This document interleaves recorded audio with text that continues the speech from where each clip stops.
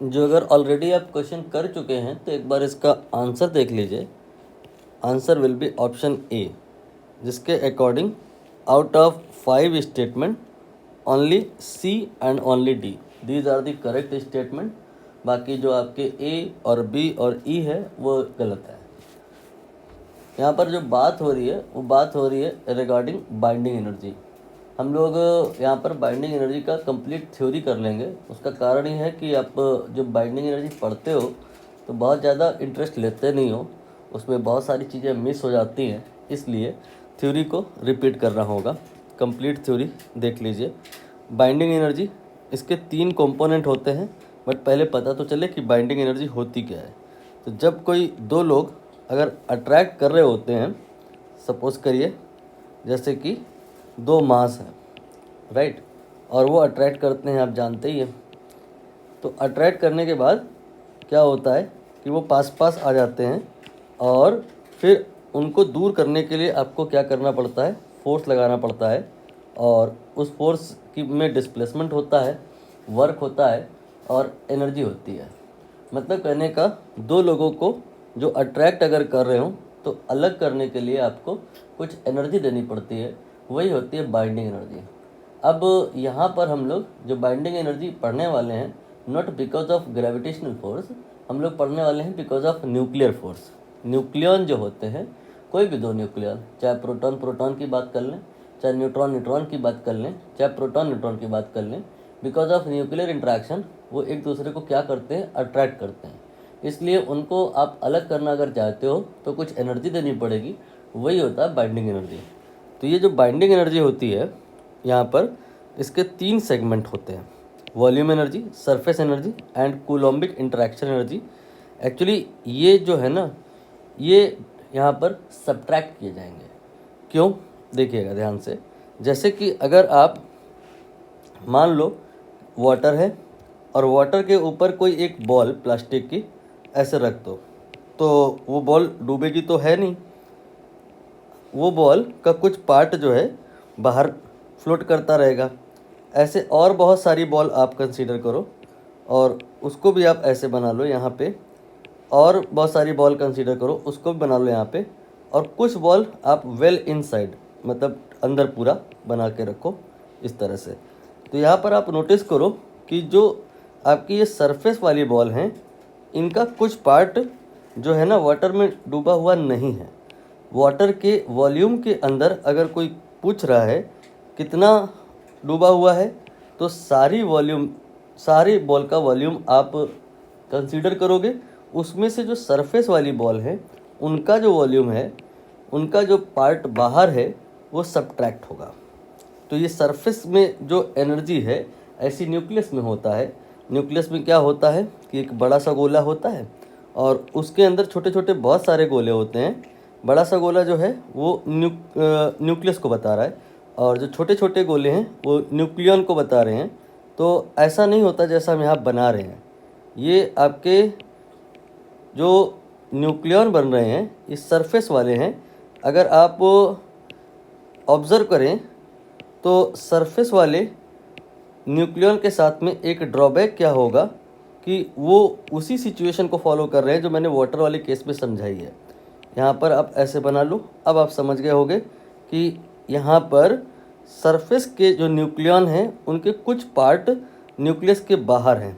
तो ये जो आउटसाइड पार्ट है, इसके करस्पॉन्डिंग जो एनर्जी है ये टोटल एनर्जी में सब्ट्रैक्ट करनी होगी, तब जा कर के न्यूक्लियस की बाइंडिंग एनर्जी आएगी।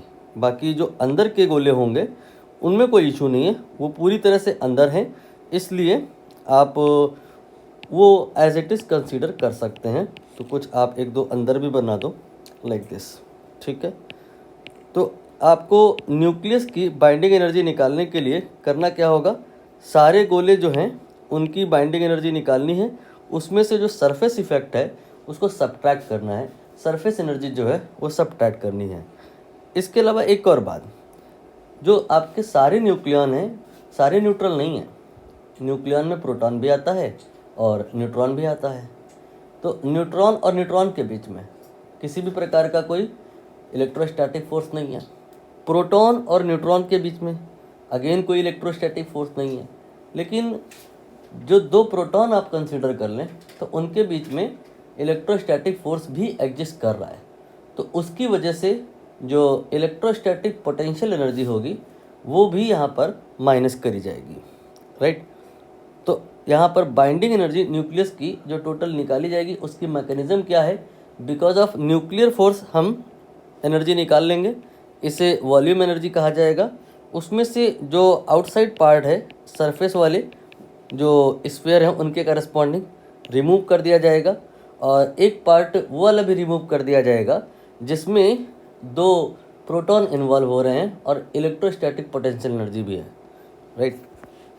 तो अब हमें यहाँ पर समझना है कि ये वॉल्यूम एनर्जी क्या होता है, ये सरफेस एनर्जी क्या होता है, और ये कूलोम्बिक इंटरेक्शन एनर्जी क्या होता है। तो आपका ये जो वॉल्यूमेट्रिक या वॉल्यूम एनर्जी होता है, नाम से ही समझ आ रहा होगा कि ये डायरेक्टली प्रोपोर्शनल होता है वॉल्यूम के, और वॉल्यूम डायरेक्टली प्रोपोर्शनल होता है आर क्यूब के। तो जितना बड़ा आपका न्यूक्लियस होगा उसका उतना ही ज़्यादा रेडियस होगा, उसका उतना ही ज़्यादा वॉल्यूम होगा, या यू कैन से उसका उतना ही ज़्यादा मास नंबर होगा, और आपकी जो वॉल्यूम एनर्जी होगी डायरेक्टली प्रोपोर्शनल होगी कैपिटल ए के। कैपिटल ए यहाँ पे मास नंबर है, ठीक। अब यहाँ पर आप बी वी जो वॉल्यूम एनर्जी है आप समझ गए हो कि ए के डायरेक्टली प्रोपोर्शनल है। आप कोई प्रोपोर्शनलिटी कांस्टेंट यहाँ पे बना लो, दैट इज़ A1। तो इसका मतलब बी वी अपॉन ए, ये बी वी है बाइंडिंग एनर्जी, वॉल्यूम वाली एनर्जी डिवाइडेड बाई ए अगर कर दिया तो ये हो गई वॉल्यूम एनर्जी पर न्यूक्लियन। ये आपकी A1 है, ये कांस्टेंट है, ये ए पर डिपेंड नहीं करेगी। अब हम बात करेंगे सरफेस एनर्जी की। सरफेस में ये जो आपके न्यूक्लियॉन्स हैं उनमें जो एक्स्ट्रा एनर्जी है वो डिपेंड करेगी कि सरफेस एरिया कितना है। जैसे वॉल्यूम एनर्जी डिपेंड करेगा कि वॉल्यूम कितना है, वैसे ही सरफेस एनर्जी डिपेंड करेगा कि सरफेस एरिया कितना है। सरफेस एरिया जो होता है वो आर क्यूब के डायरेक्टली प्रोपोर्शनल नहीं होता है, वो आर स्क्वायर के होता है, और आर जो होता है वो ए की पावर 1/3 पे डिपेंड करता है। तो आर स्क्वायर ए की पावर 2/3 पे डिपेंड करेगा। So we can say that surface वाले जो न्यूक्लियॉन हैं उनकी वजह से जो एनर्जी है बी एस वो ए की पावर 2/3 के डायरेक्टली प्रोपोर्शनल है। यहाँ पे A2 प्रोपोर्शनलिटी कांस्टेंट है, और अगर आप इसमें ए से डिवाइड कर दें तो पर न्यूक्लियन एनर्जी आ जाएगी, और ये ए की पावर 1/3 पे डिपेंड करेगी, राइट। अब हम तीसरा कंपोनेंट बात कर लें, कूलोम्बिक इंट्रैक्शन एनर्जी। तो कूलोम्बिक इंट्रैक्शन एनर्जी ये आप सबको आता है बिटवीन टू चार्ज पार्टिकल। जो फार्मूला होता है वो होता है K Q1Q2/R, divide by are होने की वजह से आप यहाँ पे बोलोगे कि ये 1/R के डायरेक्टली प्रोपोर्शनल होगी, और R जो होता है ए की पावर 1/3 के डायरेक्टली प्रोपोर्शनल होता है। तो जो कूलोम्बिक एनर्जी है या कूलोम्बिक इंटरेक्शन एनर्जी है वो ए की पावर 1/3 पे डिपेंड करेगी। तो यहाँ पर कांस्टेंट हम हटाएंगे तो हमने उसे लिखा है A3 डैश। यहाँ पर हमने A1 लिखा था, यहाँ पे A2 लिखा था, यहाँ A3 नहीं लिखा है, A3 डैश लिखा है। उसका कारण है कि जैसे A1 A2 ये पूरी तरह से कांस्टेंट हो जा रहे थे, A3 यहाँ पर जो अगर मैं लिख देता तो कन्फ्यूज़न हो सकता था, आप ये मान लेते कि वो भी पूरी तरह से कांस्टेंट होगा। नहीं, यहाँ पर हमने A3 डैश लिख दिया है। अब आपको याद दिलाएगा कि जो A3 डैश है ये पूरी तरह से कांस्टेंट नहीं है, ये अभी किसी और पे भी डिपेंड करेगा, थोड़ी देर में उससे भी देख लेंगे।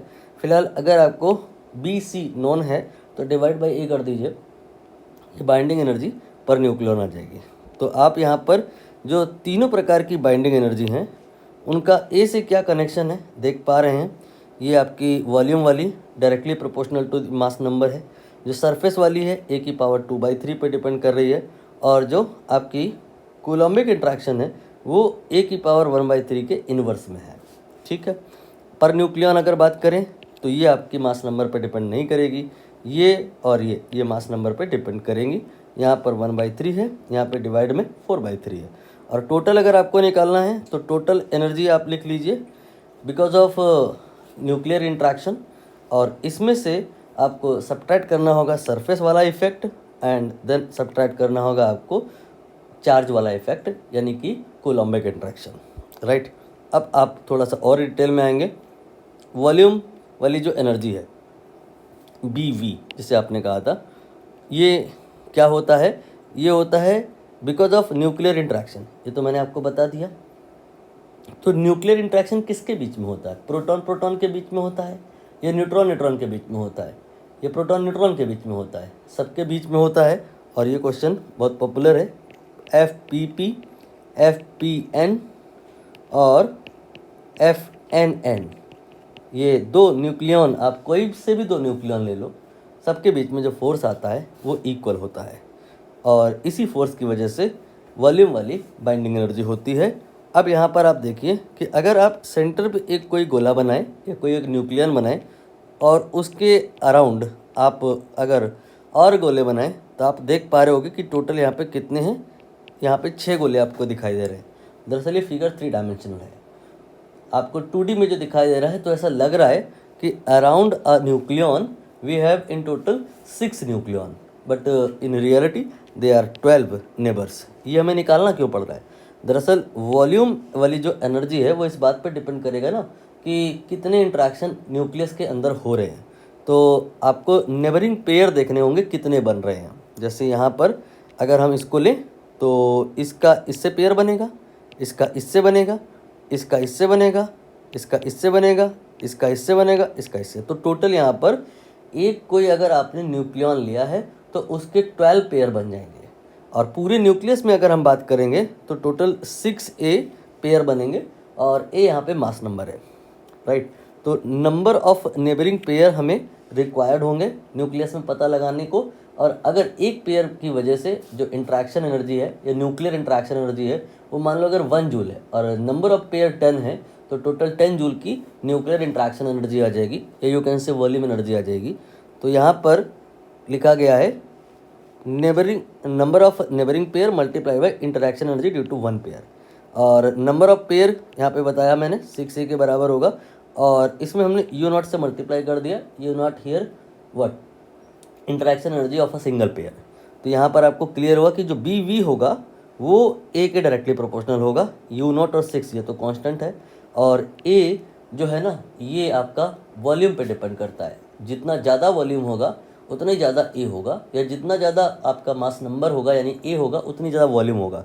तो ये क्लियर हुआ कि न्यूक्लियर इंटरेक्शन एनर्जी यहाँ पर वॉल्यूम के डायरेक्टली प्रोपोर्शनल होती है, इसीलिए इसको वॉल्यूम एनर्जी भी कहा जाता है। अब यहाँ पर जो आपने कहा BV directly proportional to A है, तो प्रोपोर्शनलिटी हटा दिए, कांस्टेंट आ गया A1। इसके ऊपर की कहानी आप ऑलरेडी कह चुके हो कि BV upon A1, BV upon अगर A हम कहें तो ये पर न्यूक्लियन बात हो गई, और ये A1 के बराबर होगा, ठीक।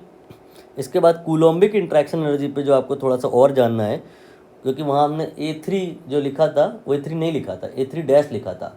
जो प्रोपोर्शनलिटी कांस्टेंट था दैट टाइम हमने A3 नहीं लिखा था, A3 डैश लिखा था, और कहा था कि ये कुछ और चीज़ों पे भी डिपेंड करता है। तो दरअसल अब आपको यहाँ पे क्लियरिटी आएगी कि ये जेड पे भी डिपेंड करता है। तो जैसे कि आपने अभी न्यूक्लियर इंट्रैक्शन एनर्जी बताया ना, तो ये क्या होता है? न्यूक्लियर इंट्रैक्शन एनर्जी होता है number of pair multiplied by interaction energy in a single pair. ऐसे ही कूलोम्बिक इंट्रैक्शन एनर्जी ये क्या होगा? टोटल नंबर ऑफ पेयर, यहाँ पर आगे देखिएगा, एमंग ऑल प्रोटॉन्स। यहाँ पर ओनली हमें प्रोटॉन्स के पेयर कंसीडर करने होंगे, क्योंकि न्यूट्रॉन और न्यूट्रॉन के बीच में कोई भी कूलोम्बिक इंट्रैक्शन नहीं होता है। प्रोटॉन और न्यूट्रॉन के बीच में कोई भी कूलोम्बिक इंट्रैक्शन नहीं होता है। कूलोम्बिक इंट्रैक्शन जो भी होता है वो प्रोटॉन और प्रोटॉन के बीच में होता है। तो हमें यहाँ पे जानना होगा कि न्यूक्लियस में कितने प्रोटॉन्स होते हैं, और हमें देखना पड़ेगा फिर उनको अगर हम पेयर में बनाएं तो कितने पेयर बनेंगे। तो नंबर ऑफ पेयर्स यहाँ पे जो आएगा दैट विल बी Z(Z-1/2). ये थोड़ा सा परमुटेशन कॉम्बिनेशन से रिलेटेड बात है कि अगर आपके पास में 10 लोग हैं और उसका आपको 2-2 करके पेयर बनाना है, तो वो 10C2 हो जाएगा। यहाँ से Z(Z-1/2) आ जाएगा। और U0 क्या है? सिंगल पेयर में जो कूलोम्बिक इंट्रैक्शन है, इसको आप K(Q1Q2/R² से कहोगे तो ये आ जाएगा E²/4πε0। तो ये आपका BC का फॉर्मूला आ गया। और इसके बाद में आप अगर समझो तो समझ में आएगा क्या कि जो आपका ये BC है ये Z(Z-1) E² और R पे डिपेंड कर रहा है। ये 2 और 4πε0 ये तो कांस्टेंट है, इसलिए मैंने नहीं लिखा। बाकी R जो होता है ये A पे डिपेंड करता है। तो आप नोटिस करिए, ये बड़ा कॉम्प्लिकेटेड टाइप का एनर्जी हो गया जो आपका Z पे भी डिपेंड कर रहा है और A पे भी डिपेंड कर रहा है। मतलब कहने का कि आपका जो टोटल बाइंडिंग एनर्जी है ना B, वो यहाँ पे 3 कंपोनेंट थे उसके। एक आपका बी वी था, एक बी एस था और एक बी सी था। तो जो शुरू के दो कंपोनेंट थे वो ओनली कैपिटल ए पे डिपेंड कर रहे थे, जेड पे कोई नहीं कर रहा था। लेकिन ये आपका स्पेशल तीसरा इंटरेक्शन है, यहाँ पर जो ये बी सी है ये जेड पे भी डिपेंड कर रहा है। तो आपका यहाँ पे जो टोटल बाइंडिंग एनर्जी है वो जेड और ए दोनों पे डिपेंड करता है, और जेड पे इसलिए करता है कि थर्ड कंपोनेंट जो कूलम्बिक इंट्रैक्शन है वो जेड पे करता है। ड्यू टू दैट आपका टोटल एनर्जी वो भी जेड पे डिपेंड करता है। अब यहाँ पर आप बी सी निकाल लेंगे, यहाँ पर अब जो कांस्टेंट आएगा उसे आप A3 कहेंगे। इस जगह पर इस प्रोपोर्शनैलिटी को हटाओगे तो आप A3 लिखोगे। मतलब हमने लास्ट टाइम ये A3 जेड -1 इस पूरे को लिखा था A3 डैश के बराबर, उसे हमने लिखा था। यहाँ पर अब हम टोटल बाइंडिंग एनर्जी की अगर बात करें तो तीनों को जोड़ देंगे। बाइंडिंग एनर्जी पर न्यूक्लियन की बात करें तो तीनों पर न्यूक्लियन जो एनर्जीज़ हैं उनको हम जोड़ देंगे, तो ये आपका फाइनल एक्सप्रेशन आ जाएगा। थ्योरी आपकी कंप्लीट हो गई है और अब आप क्वेश्चन कर सकते हैं, कुछ नहीं फंसेगा, सब आराम से हो जाएगा। ये कह रहे हैं surface energy per nucleon. Surface energy अभी मैंने आपको बताया, इसे हम बी एस से रिप्रेजेंट करते हैं और ये प्रोपोर्शनल टू सरफेस एरिया यानी कि 4πr² होता है, और r जो होता है वो A⁴ पे डिपेंड करता है, तो ये A⁴ पे डिपेंड करेगा। तो ऐसा लग रहा है कि ये सही लिखा हुआ है, लेकिन नहीं, ये आपका आगे देखो लिखा है पर न्यूक्लियन। तो BS ये सही है कि A⁴ पे डिपेंड करता है, लेकिन यहाँ BS नहीं पूछा है, यहाँ पूछा है BS डिवाइड बाई A। तो ये आपका A से जब डिवाइड करेंगे तो 2/3 डिवाइड बाई -1 यू कैन से, तो -1/3 पे डिपेंड करेगा। ये आपका रॉन्ग हो गया। अब दूसरा यहाँ पे लिख कह रहे coulombic contribution to the binding energy. ये आपने अभी थोड़ी देर पहले निकाला था, इट वाज BC। ये आपका था A3 देन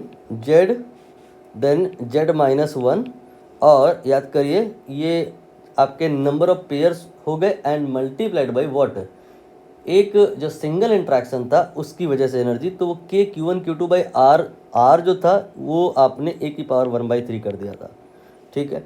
और अगर हम पर न्यूक्लियन ये निकालें तो ये क्या आ जाएगा, ये आ जाएगा आपको A से डिवाइड करना पड़ेगा, तो A3 देन Z-1, और अब ये आ जाएगा A⁴ तो देखिए ऐसा लग रहा है कि यहाँ जो ये लिखा है ये तो बिल्कुल सही है।